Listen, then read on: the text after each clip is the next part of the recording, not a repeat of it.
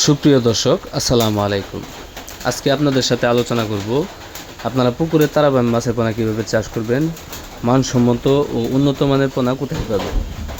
তো মাছ চাষি ভাইয়েরা, আধুনিক মাছ চাষে লাভজনক ও জনপ্রিয় মাছগুলোর মধ্যে তারাবাইম অন্যতম।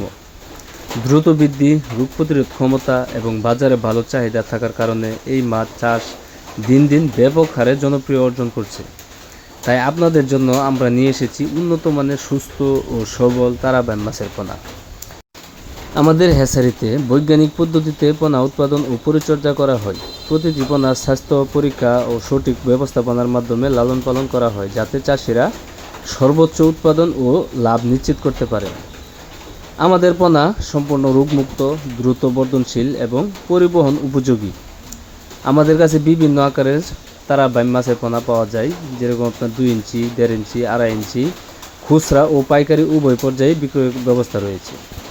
পুকুর, ডোবা, জলাশয় কিংবা বাণিজ্যিক মাছ চাষের জন্য প্রয়োজন অনুযায়ী পোনা সরবরাহ করা হয়। ক্রেতাদের সুবিধার্থে দূর দূরান্তে নিরাপদে পোনা পাঠানোর ব্যবস্থাও রয়েছে। যারা নতুনভাবে মাছ চাষ শুরু করতে চান অথবা বিদ্যমান খামারে উৎপাদন বৃদ্ধি করতে চান, তাদের জন্য আমাদের উন্নত মানের তারাবাইম মাছের পোনা হতে পারে সেরা পছন্দ। মানসম্মত পোনা ব্যবহার করলে মাছের বৃদ্ধি দ্রুত হয়, মৃত্যুর হার কমে এবং লাভের পরিমাণ বৃদ্ধি পায়। তাই দেরি না করে আজই আমাদের কাছে থেকে উন্নত জাতের তারাবাইম মাছের পোনা সংগ্রহ করুন এবং লাভজনক মাছ চাষের অংশীদার হন। আমাদের সাথে যোগাযোগ করবেন, স্ক্রিনে দেওয়া নাম্বার আছে অথবা ভিডিও ডিসক্রিপশনে দেওয়া নাম্বার আছে।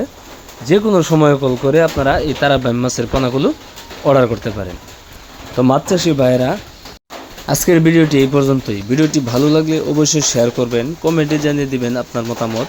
আর আপনারা যারা আমার চ্যানেলটি সাবস্ক্রাইব করেননি, আশা করব চ্যানেলটি সাবস্ক্রাইব করে এরকম আরও নতুন নতুন ভিডিও পেতে সাথে থাকা বেল আইকনটি অন করে দেবেন, যাতে করে পরবর্তীতে আমরা যে কোনো ধরনের ভিডিও দেওয়ার সাথে সাথে আপনারা খুব সহজভাবে পেয়ে যান। তো আজকের মতো এখানেই বিদায় নিচ্ছি। দেখা হবে অন্য কোনো এক ভিডিওতে। সে পর্যন্ত আপনারা ভালো থাকবেন, সুস্থ থাকবেন। আসসালামু আলাইকুম।